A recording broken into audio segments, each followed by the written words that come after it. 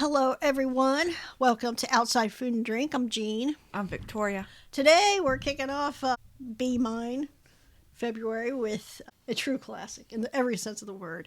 1981's My Bloody Valentine, directed by George Mahaka. This movie is about Valentine's Day celebrations going bad when a wronged coal miner seeks revenge against a group of 20-something teenagers who did nothing wrong and were probably not even born when the bad thing happened. And then, as usual, hilarity ensues. My Bloody Valentine, the original 1981. Yeah, I've talked about this before. It's the first R-rated movie I saw. It was on TV. It was on one of the movie channels. And I was too young to be watching it. We were on our summer vacation, and we were staying at this condo on the beach. And it was late at night, and nobody else was up. Everybody else was sleeping. I had to sleep on this pull-out in the living room. And went under the pull-out to watch this movie, which didn't make sense. It made sense then, but it doesn't make sense now because like anybody could walk in and still see the movie. The TV wasn't hiding. It was the very first R-rated movie I had ever seen. I was immediately smitten with it. I loved it. Were you smitten with the killing part? Look, I want to admit that for the first portion of the movie, I had a little crush on Axel. I want to be clear for the first portion of the movie. Okay. It did not end with having a crush on Axel. But I did have a little crush on Axel, but that was not... There's a scene in here that stuck with me for years. It still sticks with me whenever I think of this movie, but let's talk about the movie. So, we watched the extended cut. If you've never seen the extended cut, I would recommend watching the extended cut. Yeah, mostly the extended cut was just extended kill scenes. It was extended kill scenes. I think sometimes we take for granted with these older slasher movies, especially. And I'm not talking about the exploitation movies because I think we're dealing with something very different than when we talk about just kind of mainstream slasher movies, which was essentially what this is. I think we sometimes forget with these older mainstream slasher movies that if you actually go back and watch most of them, they're not that graphic. Yeah, they're not. They mostly cut away. There's so much is just implied and just they mostly cut away. And you don't really get to see stuff like the blood. So it's more psychological in a lot of ways. The original theatrical cut of My Bloody Valentine is very much like that, and you kind of see it, but you don't really see it. Yeah. So the extended cut is they're basically extending all the kill scenes, so they don't cut away. They show you everything. I don't necessarily think that gore makes the movie per se. Yeah. I don't believe that at all. But I think here, extending the kill scenes did this movie a lot of favors. Yeah, it did. Yeah, it did. I've seen this movie a lot. I've seen this movie many times. This was the first time I'd ever sat down and really watched the extended cut, and it gave me a whole new view of this movie. Yes. So in December, we talked about Black Christmas, the original Black Christmas. And we talked about these slasher movies that had come after Halloween would be the most obvious because that was just a few years later. It was clearly drew a lot of inspiration for Black Christmas and the older Giallo movies. And then we were talking about like some of the big franchises. And we kind of skipped over this because this is just really one movie. Yeah. They did a remake in 2009, which we will talk about. But it's not fundamentally a different movie. I mean, it's all kind of the same story. I think this is interesting because it breaks out of that big franchise mold. There's a glut of kind of slasher movies around this time. So, I mean, you couldn't get away from stuff like that. Yeah. And it's also a Canadian movie, and I know that George Mahaka has done a lot of work around talking about Black Christmas and its influence on slashers in general. But you think you can see all that here. Yeah. If Black Christmas is the grandmother of it all, this feels like the family tree split off at Halloween and then it split off in the direction of where this movie was going. So I think this movie's more logically into Friday the 13th than Halloween does. Yeah. Mm-hmm. Yeah, I would think so too. Yeah. Go ahead. It plays out very differently than any of the Halloweens do. Yeah. Halloween is more into the mystique of Michael Myers, and it's clearly more Giallo influence. I mean, for Halloween, it's more about Michael getting to Laurie. Right. I mean, there's something there. Jason was great because Jason is just like a wind him up and he's going to go kill people and it's going to be hilarious. I like this movie. We have a very detailed backstory, very well fleshed out. Yes. Which feels more like some later slashers, like maybe even the second Black Christmas movie, you know? Yeah. But as far as the beats of the story and the way the story flows, it definitely feels more like Friday the 13th than it does Halloween. But you look at Michael Myers versus like Jason Voorhees, right? This is a very weird discussion to have, but Michael Myers is like just a force of nature, right? Yes. He's just this thing that goes through. There's nothing there. That was the whole point of the first Halloween. It got lost along the way, but the whole point of the first Halloween was that you can't understand the motives. Nothing about it makes sense. This is just this force moving through and killing things. Yeah, and I feel like he became a cat in the end. A cat, yeah. Because he had 9 lives. Well, he didn't more. really. So we're not going to have this discussion about Michael Myers. So let's talk about the movie itself, all right? We open up with this Dutch angle, these 2 miners going down to these mines. Quickly is revealed that one of them is a sexy lady. Yeah, it's kind of weird when she takes off her mask and you see all this hair falling around her. This amazing blue 1981 eyeshadow. And this tattoo, a heart tattoo over her heart. Very original. It's so 80s. It was the most, yes, it was very. I mean, you cannot watch this first scene and not think 80s. Yeah, this eye makeup is wild. I've seen it elsewhere since then, but mostly on people that were trying to make a point of doing that. Yeah. So we think something's going to happen. She's playing with his very big respirator tube. She's caressing it, stroking it. Stroking it, yeah.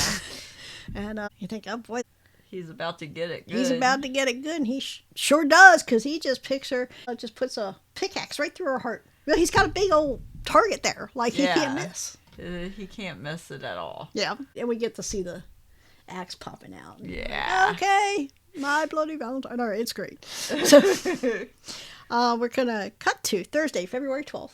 Yep. I like that they are telling us where we are here. Because so many of these movies, just like it's just like people show up at the camp or the house or wherever, and they run around. It's daytime, and then it's nighttime, and then it's later, and then it's more, and you never know. It's just people running around getting killed. But like this time, they're telling time in this movie. Yeah. And we get the I love the goofiness of this. Of the every scene where you, except for the murder, well, even the murder scenes to some extent, but anytime you have this group of miners, the central cast, anytime you get all these motherfuckers in the room together, it's just goofiness all over the place. So they come out of the mine, they got this coal dust all over them. They left somebody down there, I guess. Somebody was doing something, so they left them, but yeah. But like, that's fucked up, especially once you learn the backstory of the killer. You're like, don't be leaving people down there. But they're not thinking about the killer right now. It's been a couple years. They should be. It's been like 20 years. So 20 years, I'm not thinking about the killer anymore. Are you? I would be, because I've seen this movie. We are introduced here to the central tension of the movie, which is Axel is dating this girl, Sarah, who used to date this guy, TJ. And TJ's father owns the mine. And TJ also works in the mine, but he went out of town. I guess he went to the West Coast. We're not clear what TJ was doing out there, or why he went out there, or why he came back, but he did. And now I guess he was just expecting Sarah to be there. Yeah. I understand why they had this relationship in this movie, but there was too much back and forth, and Sarah being silly. Yeah. Yeah. She didn't act right about it. Like, I don't know. I guess she felt weird because he came back and she didn't expect him to. Yeah, and he kind of left without saying anything, too. Yeah, he didn't tell anybody where he was going. Right. So anyway, they're taking showers, and they're getting all the coal dust off. And they all jump in their cars and start driving down the road. I guess they're going to this bar. I don't know what any of these things are. A rec center, a bar, Legion Hall. I don't know what any of it is. And there's this bluegrass music going on. Yeah, that was weird. I would expect them to been listening to some kind of rock. Yeah. But anyway, so this town is actually called Valentine's Bluff. So they're going to, I think, go to this hall, whatever it is. I don't know if it's the Union Hall, whatever this place is. They're getting ready. They're going to have a Valentine's Day dance, and they're all decorating and doing all this stuff. And we meet Mabel, and Mayor Hannigan, who is TJ's father, he also owns the mine. Yes. But he's also the mayor, right? Yeah. It's weird because he basically runs the town, but he seems to have very little control over what's actually happening. It's in his mind. In his mind, yeah.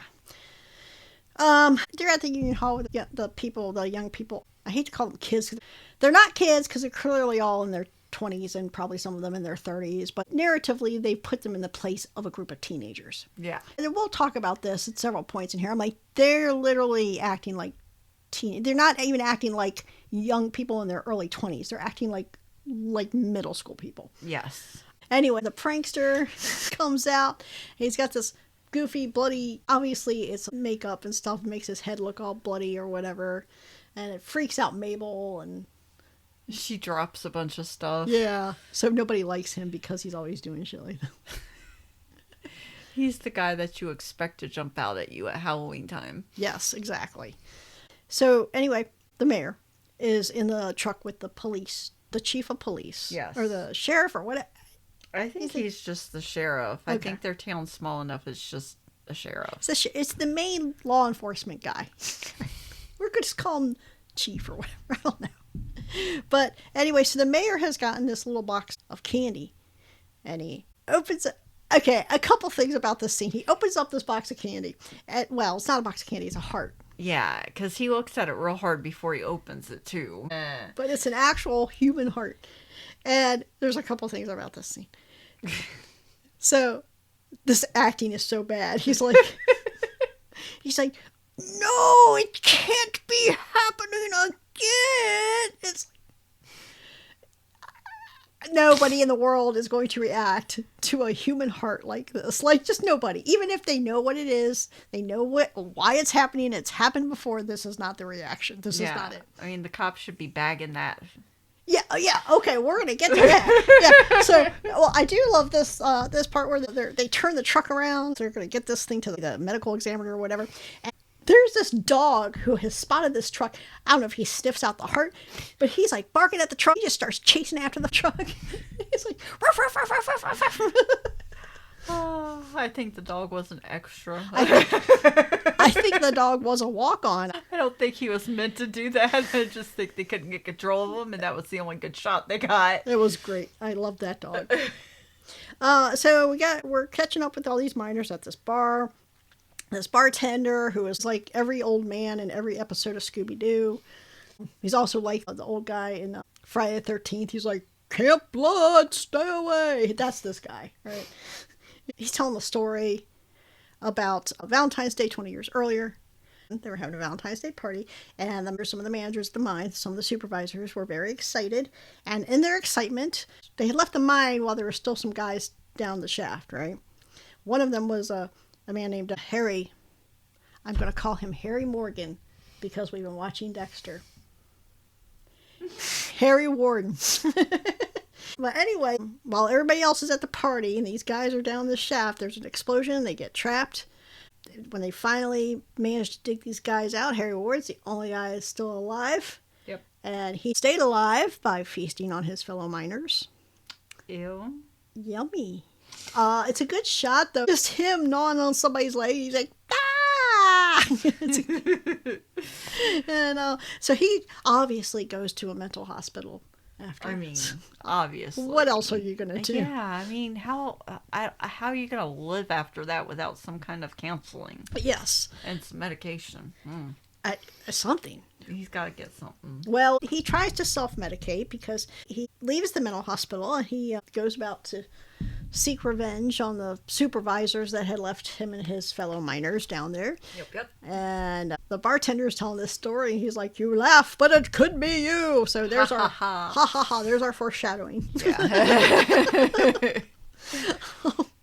And then they start singing to this barmaid. I'm embarrassed for her. She is embarrassed. Everybody wants it to stop, but they keep singing. I can't remember the song they sang. I don't know. Yeah. It was terrible. It was awful. And then this bar is tiny. What is it? It's the bar, and then 2 feet away there's a table, and people are sitting at the table, but then everybody else is standing around the table, and then 2 feet on the other side's an air hockey table, and then 2 feet away from that's the door. This bar is... Oh, and there's a jukebox in between the door and the pool table. Yes. This bar is small. Insanely small. Axel is already showing that he's very possessive of Sarah. Very. Yeah, like she even vaguely looks in TJ's direction. He's like, "Where are you going? What are you doing?" He gets upset when she gets up to go to the jukebox. Because TJ's over there. Yeah. Yeah, TJ's in the general... Well, I mean, that's the problem with this bar. TJ's at the pool table. She's going to the jukebox, but this bar is so tiny, she's got to, like, fuck him to get by him to get to the jukebox. I mean, it's ridiculous. So they go to the morgue. I don't understand why there's all these brains in jars. Is this fucking Young Frankenstein? What's going on? Oh, every corner has their thing. I'm guessing this one was brains. I guess so. Yeah, but he had a lot of them. He tells them that this heart that they have, this exchange is so funny. He says, this is the heart of a 30-year-old woman. And he gets very indignant. He's like, what are y'all doing with a loose heart? Oh my God. What are you talking about? We're not doing anything with the loose heart. It was given to me as a present. I just wanted to check it out. I wanted to see if it was authentic. I want to authenticate it. We got that Lucy rolling around. Where's the rest of her?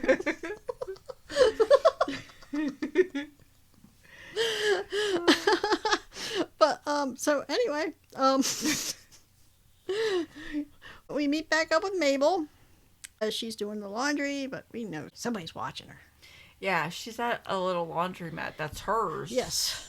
And she's just going about her business. And she goes into, I guess she's making some coffee or tea or something. She comes back out and there's a box of candy for her.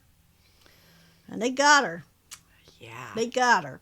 Yeah, it was a good one. It's a good one. We'll see the final results of that in a little bit. But I have questions about what is happening. These miners, are they homeless? Why are they cooking food on their car engine in the junkyard? What is going on? I don't know. Why? I don't know. There's no reason for this. They have no restaurants in this town. There's no Taco Bell. Can't get their fourth meal. Their fourth meal. I mean, it looks like a very small town and there's no fast food, sorry. I don't understand the choice. Go home and cook some food. I don't know. All your friends can go over to your house and drink. It doesn't really show any houses that belong to them. Yeah, they don't live anywhere. They don't have beds. We'll find out later. Nobody has a bed. I don't know. They neglected all that in the movie. So anyway, Axel and TJ are talking, like, we got a problem. We got to talk. And TJ's just like, see, your problem is that Sarah wants me. I'm like, so... Why don't we let Sarah decide? Why don't we let Sarah decide? Yeah. But anyway, Howard offers them some engine food. They're like, no thanks. They didn't eat it. See? They didn't eat it. Yep. Yeah. You get all mad and indignant. They didn't eat the engine food. They sure didn't. Maybe it was experimenting to see if they could make food on their engine if ever needed. I don't know. It seems carcinogenic to me. I mean, it's blowing, exhaust and stuff up onto your beans or whatever. They've done this on purpose. So today is Friday, February the 13th. The day before Valentine's Day. The sheriff and the mayor, they're at the calling into the mental hospital that Harry Ward was in. There are no records of him there. The woman that does the records is like, well, this was before the internet, so I gotta go 20 miles out to the shore and go to the basement somewhere. I mean, so they're not going to get any answers right away. They would have no excuse for this scene now, but yeah. Yeah, because everything's on the records. All the old shit's been put in. Yeah. In meantime, Sarah is talking with her friend Patty, who I think is actually my favorite character. Patty is too good for this movie. I'm sorry. She's great. I love her. She's asking Sarah which one she wants, and Sarah's like, I don't know, might not even go. Yeah. And Patty's talking about this dress. I love this. The way she does this. She's like, my dress is going to be cut down to here and cut up to here. I might not even get out alive. Yeah, she was funny. It was good. Love Patty. So anyway, this is the scene. Somebody says, hey, want to watch My Bloody Valentine? I'm going to say, sure, because I remember this scene automatically. Sheriff goes to Mabel's laundromat, and he's like, something stinky. He's just sniffing his pipe and sniffing his armpits, and he's like, what is that? What is that smell? The smelly smell that smells. This is odd to me. So there's like this an upside down heart, and he's following the trail of upside down hearts, which I'm like, this is kind of oddly subtle for what's about to happen. Yeah.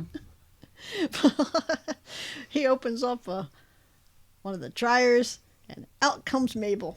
But, she's been tumbling around too long. She's been going round and round in her mind about what's happening. She has. Just circles. Hot circles. Hot circles. Well, I mean, do you think they had it on like low heat or? I hadn't really thought about that, but the way she looked, I'm gonna guess medium heat. I have questions about the physics of what happened to Mabel. She was not an especially tiny woman, and I understand those are big dryers. You could put a full-size down quilt in those things, but that doesn't have bones and stuff in it. Yeah. I mean, the gravity is gonna, make her bounce around a little bit, I would think. But, okay, say she's $120, right? I think there are dryers that could handle that kind of weight, but I don't think that dryer could handle that kind of weight. Well, obviously. It did, okay. It did this time, and your physics didn't work for this movie. Yes, I know. Trust me. But I'm gonna say about medium heat. Still. Medium heat. That's fine. Okay, anyway. I just wonder how long she had been going for by the time he got there. I do too. It had to have been a while, because she was cooked. Yeah, it might have been high heat, depending on the time, but yeah. Yeah, she was pretty cooked. She was pretty cooked. Yeah. Back in the mines, TJ and Axel are bucking up, and their fight gets broken up. I don't understand what happens here. Is Axel just dumping out coffee? I think so. Don't do that. Why? I mean, what, you gonna dump out your coffee to spite somebody? What's wrong with you? I don't know. Anyway, I didn't like it. I think this is the point at which I turn on Axel. Even as a child? Even as a child, because I knew. You didn't drink coffee then? I knew how important coffee was, that you don't just throw it away. Oh. Okay, anyway. Everybody's at Mabel's now. They're investigating the situation.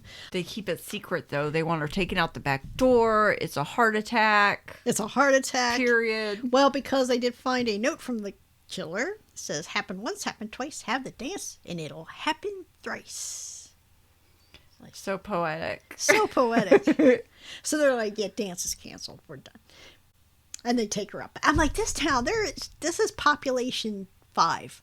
Everybody we see in this movie, that's the whole town. Do you remember the actual population? Because it was like, I think it was like 1,500 or something. Because there's one shot where you're going in and it shows it, it, but I don't remember exactly what it said or what the population was. Much, yeah. It's basically the people in this movie is the population of the town. I mean, there's other coal miners and families, I'm sure. Maybe. We don't see them. We don't see any evidence of them. Well, no, because they're smart enough to stay home around Valentine's Day. They remember 20 years ago. Exactly. Anyway, so Sheriff has to break it to the kids. I'm going to call them kids because they're acting like children. He has to break to the kids that their dance is canceled. They're like, but Dad, that's no fair. This bizarre scene where TJ essentially kidnaps Sarah. She doesn't want to get into the car with him, but he runs around, he picks her up and throws her in. You're like, girl, just get out of there. None of these men are good enough for you, lady. Maybe you and Patty could get together. I don't think she was interested, though. Anyway, they go to their spot and they have some mushy talk. And I guess TJ takes this as like, hey, she's my lady now again. And, back at the bar, he and Axel are giving each other nasty looks. And it's like, I'm so sick of And this Sarah's plot. not even there. Sarah's not even there. I'm so sick of this plot line. Sarah is walking home alone at night. Yeah. They let her walk home alone. They're mad at each other, but they're letting her walk home alone. Maybe the one who cared a little bit more should have stayed with her, but no, they're at the bar. Sarah doesn't have a lot of choices. No, she doesn't. But anyway, she appears to be being followed out. It ends up just being the chief, but like, why is he all up in her face? He's not even like a distance away from her. Hey, Sarah, it's me. It's the chief. It's like he rolls up on her, and when she turns around, he's got the flashlight in her face. He's like, Sarah, what are you doing? I'm like, what? Get out of her I felt face. that way too, because the way they give her walking, it gives you the Halloween vibe. It makes you think that somebody's watching her from one of the side areas, or they're walking far enough behind her where they can like slip behind something if she turns around. Yeah. But then she does that and there's nobody there, and then she turns back around to start walking again, and the sheriff's like right there. I'm like, that doesn't, no. Yeah. I don't like it. Not cool. No, not cool at all. So anyway, back at the bar, TJ comes up with the idea of having the party, since it's been canceled at Union Hall, having the party at the mine. Great idea, TJ. Yeah, your daddy just, canceled the party. This is a great idea. Go Great ahead. idea. You've heard the story. You've heard, yes, literally. Like, yes. There's no way you haven't heard it. You know what's going on. Sorry if you come out ballless. Or whatever. And the bartender was more like giving them more dire warnings, and they're like, okay, whatever, crazy person. And then we cut to the bartender walking around. He's wandering around town, completely shit-faced, right? Yeah. With a pickaxe. And he sets up this thing. Is this a porta pot? He sets up this thing. It looks like it's a hairy doll, basically. It looks like a miner because it's got the mask and everything on. And it's like a lever, so when you open this door, this pickaxe comes out. Yeah. I'm like, okay, for one, I understand you're trying to scare them, but you could literally kill them with this thing. Yeah, and he tries it a couple times. Tries it a couple times. I think, 3 times? Mm-hmm. Third time's the charm. And he opens the door. And the pickaxe pops out. Opens it. Pickaxe pops out. Resets. Blah, blah, blah. Third time he opens it. It doesn't pop out the bottom. It comes out of the top. Yes, it's hairy. It's whoever's killing everybody. How about that? Yeah. And so the bartender gets a pickaxe to the face. Does the bartender remind you of anybody? He reminds me of the old guy in Friday the 13th. He reminds me of somebody, but I don't know who, because I've never seen Friday the 13th. Okay. So I don't know who you're talking about when you talk about that. I just know, like, what the premise for Friday the 13th. I've seen every See single what I have to deal with? See what I have to deal with? Okay, go ahead. But he reminds me of somebody that's been in movies like this, but I can't think of who. Yeah. That's why I asked you, just trying to get a... Yeah, He's got a feel. I think he's just the drunk old guy in every movie, Maybe that's it. Yeah. Okay. Yeah, okay, so they don't have to worry about the bartender anymore. No. He's no longer a problem. Our pool of suspects is narrowing, right? Finally, the big day, Saturday, February 14th. They are getting the party set up in the mines. At the station, box of chocolates comes in for the chief, and he's like, oh boy. This is so funny. There's this guy there, this other officer there. This is the dynamic is very strange. His whole job is to sit there and be like, yeah, boss. Yeah, boss. I mean, like, that's all he does. That's all he does. I don't understand why this happens. So the chief gets this box of candy, and you're like, uh-oh. And Chief's like, oh, okay, something's about to happen. And he's like, hey, to this one other officer, he's like, hey, will you go get me some coffee? Like, are you afraid that you're going to traumatize him? Yeah, I wondered that too. Why is he sending him to get the coffee? How rude. He's not your assistant. He's your deputy. Yeah. Ugh. Anyway, so we're at this party. Lots of folks are leaving the party early to get busy. And this is what I don't understand. These people are presumably in their 20s, right? None of them have any place else to go to fuck. Guess not. I told you I don't know. They are literally acting like middle school kids who's like, Mom and Dad can't see me here. I mean, I think it's weird that none of them seem to have a house. Or an apartment even. But you know what? If they weren't near the mines... They have cars they could be fucking in. This is all set up for the movie. I know. They have to do this because otherwise we wouldn't have a movie. I'm just saying, it's weird that these grown-ups don't have other places to have sex. We don't know that. They don't. All we know is right now they have to be where they are for the setup of the movie. Yeah, okay. I don't like it anyway. Oh my God. All of a sudden, out of nowhere, here comes this guy. He's got like the skinny tie and the black mullet. And he says it in this very sexual way that he's got the munchies. I'm like, I thought, if I did not know what happened next, I would have thought, is he going to go find a girl? What is he doing? But no, he literally means he's hungry. Yeah. I don't know why he put that sexy stink on it. Anyway, so he goes back into this little kitchen area they have. To get something for those munchies. Get something. There's dogs. They're boiling hot dogs. Ugh. Yeah. They didn't look good. They didn't look good. I love me some hot dogs. But Like, those things... Ugh. no, they looked nasty. Yeah. It was bad. It was bad. Harry, or whoever, gets him from behind and shoves his face in that hot dog water. It reminds me of a couple of scenes of various movies. There's a scene in Halloween 2 like this where somebody gets killed like this. There's a scene in Deep Red where somebody gets killed like this. It was just the thing to do back then, I guess. Yeah. But anyway, so he's dead. Back at the station. The chief comes out. So this box he had gotten that he sent the man away for is actually just candy. Yeah. From Mabel. Be mine. It was so sweet. It was sweet. But now it's sad because Mabel's was in the dryer too long. She's wrinkled. If she was wrinkled, we could have just ironed her out. She's dead.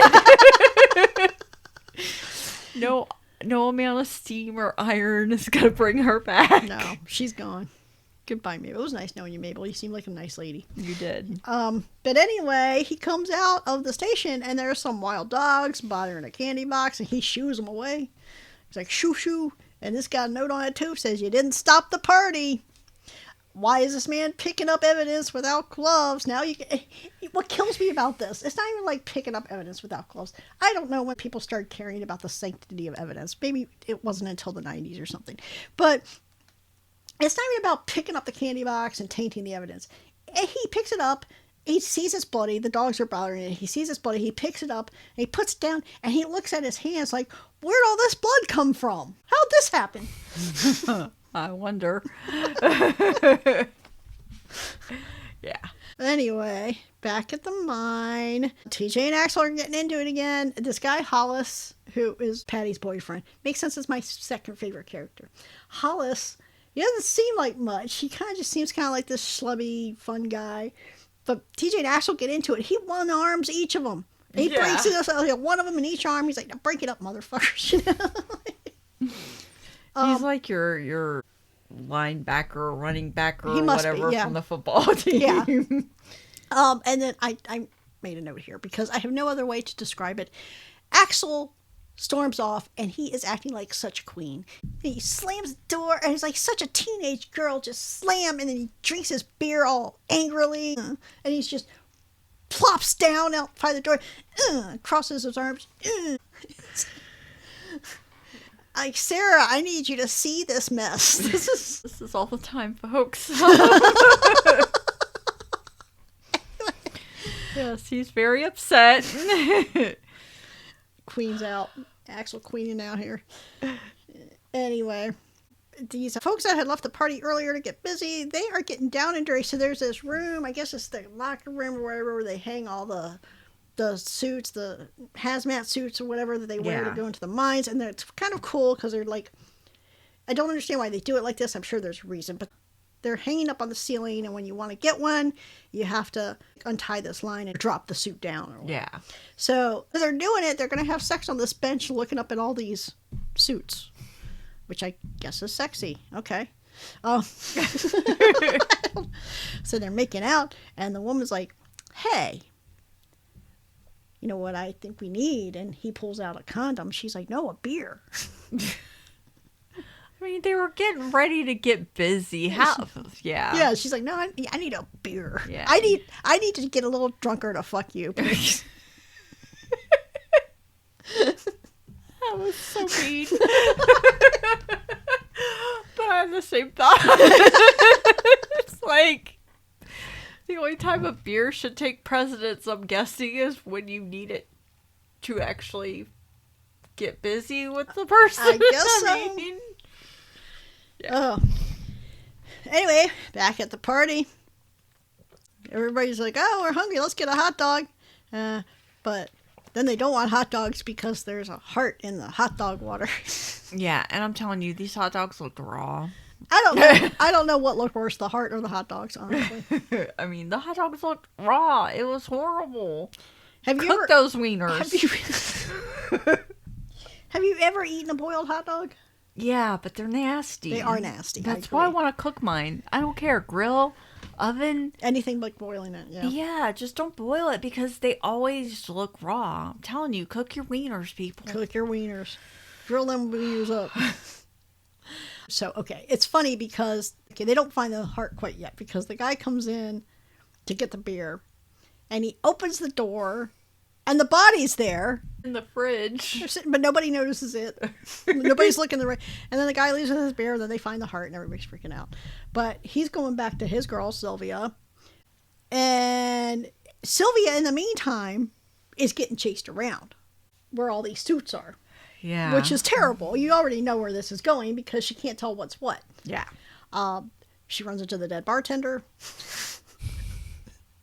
She runs into Harry. This is a great one because he picks her up and he just kind of mounts her on these pipes. Just impales her on this shower pipe. And then just starts running The hot water. He's really concerned with things being hot. You know, Mabel and the heart in the hot dog water, and now this. Yeah. He really, maybe he's trying to get clean. I gotta get clean. A little hotness. A little hot. So John comes back with the beer, and he's horny, and he can't find Sylvie, and then he finds her. His mind kind of breaks then. He's useless for the rest of the movie. Yeah. Now, Sylvia is now a shower fixture, and there's a heart in the hot dog water. Party's over. Basically. Chief doesn't know anything about what's going on because Axel had told everybody to park behind the mine, or park in the back of the building. So he knows something's going on, but he doesn't know where. So he's running around like a chicken with his head cut off. But while all this other stuff is going on, somebody was like, well, let's go take a run. It was like Axel and Hollis and Patty and Sarah and Howard. Yes. I forget who it was. One of them decided, let's go down to the mine. And TJ's like, no, don't go down to the mine. We can't have women down in the mine. Yes. But Axel's like, poo-poo, no, we're going to go. And I want to know here why Hollis got a hard hat for himself, but nobody else. I know. I noticed that too. I was like, he got a hard hat, but didn't get any more than the one. I was like, did you care about, what about Patty? Rude. Yeah, and I was like, again, you know, because there's other couple there too. Again, I was like, why are we acting like school children, sneaking off into these dank, dirty rooms to fuck? I hate this. Anyway, back at the party, this is where John has found out about Sylvia. Axel has found out about the heart in the hot dog water. Everything's falling apart. TJ's like, well, shit, we got to get to the girls now. Yeah. You know, somebody's got to get the police. We got to get down to the mines and get everybody else. So somebody is definitely down in the mines. Yes. Harry or whoever is definitely down in the mines and is busting out lights and stuff. Yes. And the chief is on his way. Finally. Well, somebody finds him, tells him. He's got to go to the mine. I noticed here, well, I had noticed it earlier in the movie, and I made a note of it. And I was like, as it gets closer to the end of the movie, I'm going to make a note of this and see if it happens still. TJ, this entire movie, has his shirt half open. for no reason. Even when it's inappropriate. When he's working he's still got his shirt head open, like, ladies. Well, I don't know how that matters. because anyway, why? There's no women in the mine, so it's not for them. It's for Axel. Oh my god. So anyway, he's found Howard, and Howard is supposed to stay with Sarah and Patty, while Hulse goes looking for Michael, this other couple, Michael and Harriet, who we last saw getting down to it, but when we find them again, they're dead. They have been, this is again a scene that was used in Friday the 13th with them getting impaled while they're fucking. Yep. So that's what we see there. We don't get a lot there. All these extended cuts, we don't get the extended cut there. There's nothing there. Yeah. We just see them dead. Yeah. Like, most of the kill scenes we actually see in great detail with the extended scenes, but not this one. Speaking Of extended scenes, I love Hollis, but good lord, do they kill the shit out of Hollis. Exactly. He gets a nail to the temple. Ugh. And he's still there, but everything's getting blurry and weird. And he gets a nail to the fucking forehead. Yep. And he goes stumbling off like he's still moving. This man is a fucking beast. Yeah. Right? He goes stumbling off. He finds Howard, Patty, and Sarah. And then he's like, enough to say Harry's coming. And then he's just done. Yep. And Patty wants to stay with him. But Sarah's like, bitch, we gotta go. He is dead. There's nothing to do. Yeah. We got to go. Patty's so scared the whole time, and then he drops, and I need to be with him. Yeah. No, you don't. He's gone. But Sarah's slapping the shit out of her. She's like, if this been me, I'd be like, okay, he's dead. I'm counting to 3. If you're not moving with me, I don't know what's going to happen to you, but it's not my problem anymore. Outie. Allie, goodbye. But anyway, Axel shows up here, gets the girl, and they hear somebody coming, and he picks up this piece of wood, and it's TJ, but he can't see him. So he just knows somebody's coming, and he comes around the corner, and he nails TJ in the stomach. TJ recovers. They gotta get out. They go to the lift or whatever. It's been busted. Mm-hmm. Okay, great. So what are your options? My first thought was like, well, get back in the fucking car that you took down. I know. I don't understand where that was. Because they had to have this scene where they're trying to climb up the shaft. Yeah. Which is a very tense scene. So Patty is having to climb up this shaft. She doesn't like heights. And everybody's like, well, then don't fucking look down. And she's moving really slow, and she's climbing this ladder in heels. It's bad all around. Yeah, it is. And then so Sarah actually is like, okay, look, I'm going to kind of like crawl behind you so you can feel somebody's there. I'm like, I wouldn't do that because she's going to get squirrely and knock your ass off that ladder. Yeah.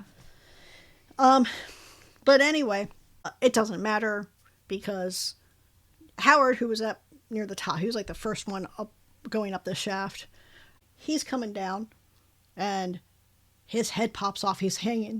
He's got a rope around his neck, and he comes down, and his head pops off, and his body keeps going.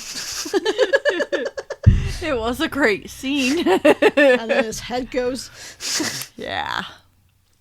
This is the point where they say, hey, let's find the cars. Great. Figure out another way out. Axel ends up falling into this water-filled hole. TJ sends the girls on, and then a tunnel collapses on him. So we're like, oh, great. Everybody's going to die. And they're running. Well, they're walking briskly. And Harry gets Patty in the gut. This is a hard one, man. Yeah. This was a bad one. I don't know what it is. It's maybe because I like Patty so much. Or it was just so vicious. He just comes around the corner and she looks at him. She's looking at him like, what the fuck did you do that for? Yeah. It's like, honey, you've got no recourse now. Like, that's it. You should have sent Sarah ahead. So now you're like, okay, wait, who is actually this person, right? Everybody's in this rail car. Harry shows up, and him and TJ are fighting on the rail car. It's a very Indiana Jones scene with this rail car moving, the cops coming from the other direction. Like, what's going to happen? And then Sarah is trying to help TJ fight Harry, and she jumps off the rail car, and she just decimates her face into the side of the wall because she's jumping with too much momentum. Yeah. Quick recovery, though. She hops right back up. I'm fine. I got it. I'm like, no, you broke your nose at the least. At the least. Yeah. Yeah. They halted production for 2 weeks for you. Yeah, I can't. That is one of those things where I'm like, was that on purpose? Like, so anyway, Harry's basically just swinging wild. He's going to pull down the mine on top of them. And as he's doing that, Sarah pulls his mask off. And it is Axel. It's Axel. This is a great. We have this little flashback where we see little Axel watching as Harry Warden comes in and kills his father. His father is one of the supervisors that had left Harry Warden in the mine. And little Axel is hiding under the bed when Harry Warden comes in and kills his father and sprays him with his father's blood. Yeah. So it's a good scene. Scene gets better because he's cutting off his arm. I don't understand why Sarah is like, I've got to, like, you've seen everything. What are you doing? What are you trying to accomplish here by, like, reaching out and touching him? I don't know. Yeah. Yeah, let's not reach out and touch someone. Yeah. But she does, and he's cutting off his arm here. He's kind of using her for leverage, like gripping her arm so he gets tension on his arm so he can kind of cut it off. Yeah. So when she pulls back, she's just got his arm. Yeah.